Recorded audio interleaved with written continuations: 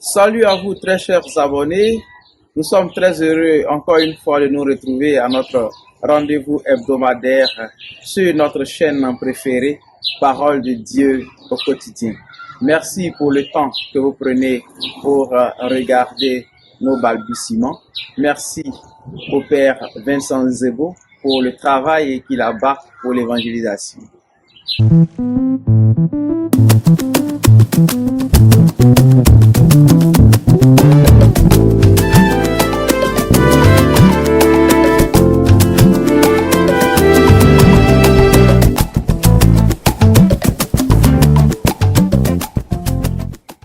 Frères et sœurs, nous sommes au 27e dimanche du temps ordinaire de l'année B et les textes que nous avons entendus pour la première lecture, c'est dans le livre de la Genèse. Le Seigneur nous montre comment il crée l'homme et la femme pour qu'ils soient ensemble des partenaires égaux, complémentaires et unis.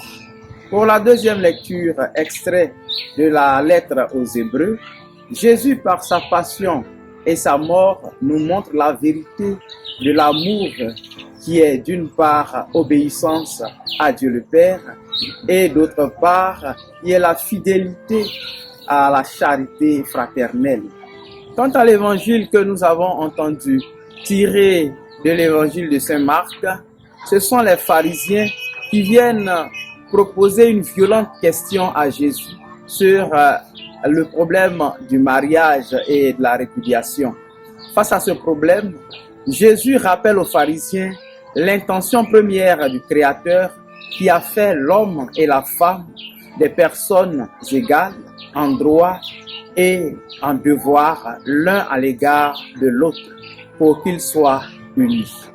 Alors la question que nous nous posons, c'est de savoir que veut nous dire le Seigneur en ce 27e dimanche du temps ordinaire. Mes frères et mes sœurs, aujourd'hui le Seigneur nous instruit sur le mariage dans ce monde où l'homosexualité est mise en lumière par les grands médias. Le Seigneur nous présente le mariage tel que conçu par Dieu. Alors il nous faut retenir quelques points. Dans un premier temps, il faut savoir que le mariage est l'union entre l'homme et la femme, deux personnes égales et différentes, masculin et féminin. Elles sont appelées à dominer les créatures de la terre. Toutes deux doivent être complémentaires car leur union est marquée par l'amour authentique, cet amour-là qui vient de Dieu. L'amour que les personnes qui entrent dans le mariage doivent développer ont deux caractéristiques et c'est ce que nous avons vu dans la deuxième lecture. La toute première caractéristique, c'est l'obéissance à la volonté de Dieu et la deuxième, c'est la charité fraternelle.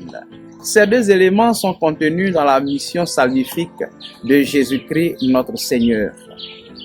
Mes frères et mes sœurs, terminons notre méditation de ce jour en pensant à tous ces époux divorcés, à tous ces foyers brisés et à tous ces concepts qui attaquent et détruisent la famille chrétienne. Prions spécialement pour toutes ces personnes qui souffrent au cœur des mariages parce que les principes n'ont pas été bien compris.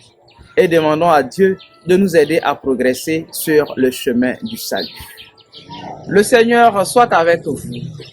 Que Dieu Tout-Puissant vous bénisse, le Père, le Fils et le Saint-Esprit. Allez dans la paix du Christ. Nous rendons grâce à Dieu.